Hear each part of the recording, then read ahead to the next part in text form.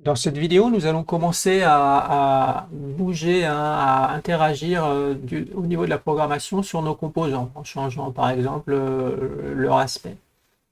Je vais vous montrer tout de suite, hein, le résultat que je veux obtenir dans cette partie. Alors, je vais ici ouvrir la nouvelle version, hein, donc j'en suis maintenant à la version 2 qu'on va expliquer dans cette vidéo. Et donc le programme est déjà là et je vais le lancer pour que l'on puisse voir ce qui se passe.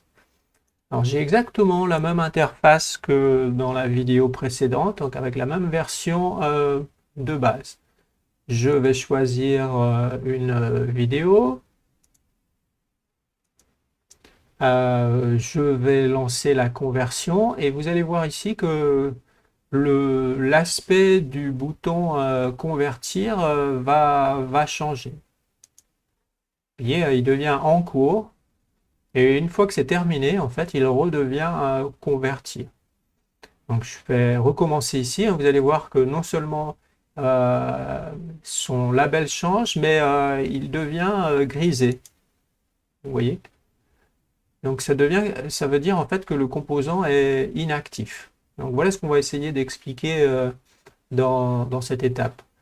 Je vais ici fermer cela. Je vais vous montrer ici maintenant quelle est l'interface graphique. Donc mon interface graphique, elle est exactement la même que celle que l'on a pu voir dans l'étape précédente. Je n'ai absolument rien touché à cela. À savoir que le bouton convertir, ici, donc quel est son texte convertir, hein, sur son étiquette. Pour ces signaux, eh bien, il y en a toujours un seul, hein, c'est quand je clique dessus. Donc, je dois lancer ici cette fonction. Et c'est tout. Donc, aucune modification n'a été faite là-dessus. Donc, maintenant, je vais basculer ici sur la vue du programme. Donc, il est là. Alors, pour que ce soit peut-être un peu plus joli, je vais descendre un peu cela. Et puis maintenant, ce que je vais essayer de voir, ce sont les modifications qui ont été faites. Donc, voilà le haut du programme. Ce que je veux faire ici, voilà, c'est juste changer l'aspect du bouton. Toute cette partie-là n'a rien changé, parce que j'ai toujours besoin des mêmes composants. Donc, toujours cette partie-là. Le destructeur ici. Et ici, donc je retrouve de quoi construire mon instruction ici que je vais exécuter. Et la partie nouvelle, elle se trouve ici. Auparavant, il y avait juste OS System. Donc, qu'est-ce que j'ai rajouté ici? Ici, ce que je veux faire dans un premier temps, c'est changer le label. Donc, vous voyez ici, j'utilise l'instruction set label. Et là, je lui mets son nouveau label. Donc, au lieu d'avoir convertir, eh bien, je vais mettre maintenant en cours. Et de la même façon, une fois que la conversion sera terminée, à la fin, je vais remettre ici le texte converti. Donc, toutes ces instructions set quelque chose, hein, vont vous permettre comme cela de changer un élément une propriété pardon, d'un élément de l'interface graphique.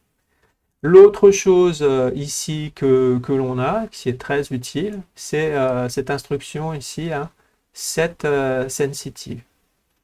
Là, je l'ai juste appliqué au bouton convertir, mais ça aurait été plus judicieux peut-être de l'appliquer à tous les autres composants en fait, et faire exactement la même façon. Donc, qu'est-ce que ça veut dire si je mets set sensitive à false? Ça veut dire que mon bouton va être grisé et donc il n'y aura plus de possibilité d'interagir avec ce bouton-là. Donc, par exemple, dans une zone d'entrée de texte, impossible de rentrer un texte, impossible de cliquer sur un bouton, donc, et ainsi de suite pour les autres propriétés qui ont des interactions possibles. Donc, ça change l'aspect aussi visuel du composant, hein, qui devient généralement grisé, en fait. Donc, on voit qu'il est inactif. Donc ça ne veut pas dire invisible, hein, donc il est inactif. Donc ici, je le mets à false. Et ici, je le remets à true à la fin. Alors, une chose qui n'a pas fonctionné au début quand j'ai fait ce programme ici, c'est que, eh bien, en fait, rien ne se passait. Je voyais en fait que qu'il n'y avait pas en fait ce en cours qui s'affichait. Pourquoi en fait? Parce que lorsque je cliquais sur le bouton, la fonction se lançait en fait, mais l'affichage se mettait à jour juste à la fin en fait. Et comme à la fin j'avais déjà terminé comment dire, mon exécution, eh bien cette partie-là était faite et tout de suite recouverte par l'autre. Du coup, je ne voyais pas ce qui se passait.